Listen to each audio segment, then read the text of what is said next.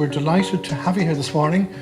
And KBS is particularly delighted as a very innovative business school to be associated with the Irish Times Innovation Roadshow. I do think you're in for a treat this morning in the stories that you hear. I had the great privilege of having lunch or dinner last night with a number of the speakers, and I think it is about stories. It's about stories of success, and if they're honest and share some of the things they spoke about last night, stories of failure and how we get through those and navigate them.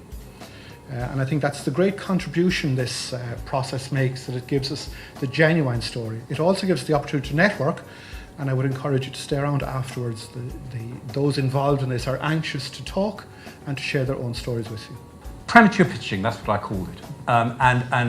So the reason for that is that I think that despite what was said earlier, some entrepreneurs like to sell too early. And by selling too early, I mean pitching, by proselytizing. I mean, there's two things, as I'll say, to go on that you're selling. One's the product and the other's the business.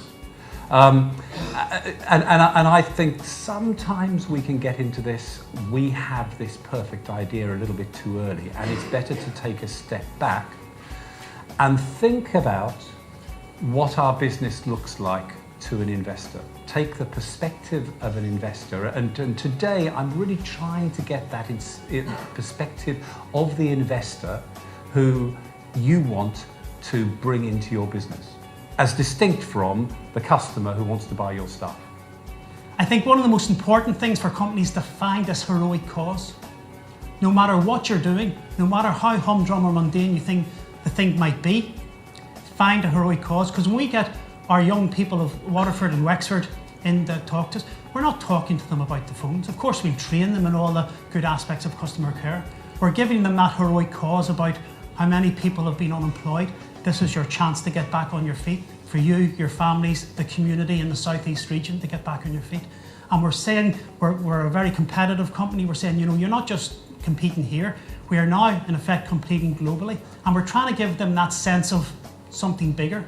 And whatever your business is in, get and instill that sense of something bigger, because once you can get that vision going, people will come behind you. I was quite pleased to hear an earlier speaker talking about, you know, the freedom to talk about your failures as well as successes. And I think you'll find that my journey is peppered with failure, and that in fact has been a key part of the learning process. We're a company that's small and young, but we're trying to think globally as much as we can. So we've initially started off in the US. We have our base in Madison, Wisconsin. But I think, you know, you shouldn't be really scared of Asia or South America. I think if you can establish good partners in those kind of areas, you should definitely proceed and engage with those kind of customers. And we haven't been disappointed in doing so. Okay, there is tremendous opportunity in China. There are tremendous opportunities in Brazil. I'd advise any startup, if they're looking, please expand your horizons beyond the US. I'm incredibly excited hearing the presentations there. I'm really, really excited actually about the way that you can push things forward, starting from something quite small. I think that's extremely cool, and it's something that I'd like to talk to you about today, but at a different level. I want to talk to you about the ability of places like the University of Limerick, or the City and County Council, or the government, in fact, to innovate, to actually produce new things. One of the really interesting things about working in the Kemmy Business School and working with people like Andrew Deverell in the Nexus Innovation Centre is that you can see it happening. You can see it happening. But then you go out and talk to people and they go, you lads in the public sector, sure, you're only hanging around till 65, you know, and all that. That's not quite true. That's not quite true, but it is also certainly true that we haven't achieved a lot of the things that we could have. So this is one of the things I want to talk about today, which is, and it's why there's a question mark at the end, policy innovation. Can you actually change something? Or is it all just rebranding the same old stuff, moving back and forth as you do so? Youth unemployment is a problem in the Midwest.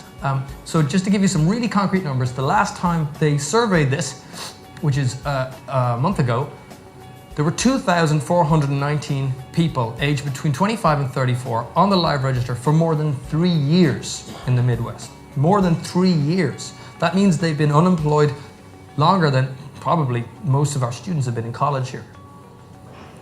For people between 20 and 24 years, that number is 819. So these are people who probably have never had any labour market experience. Okay? It's a genuine societal problem. It's a problem that we could help to solve right here today.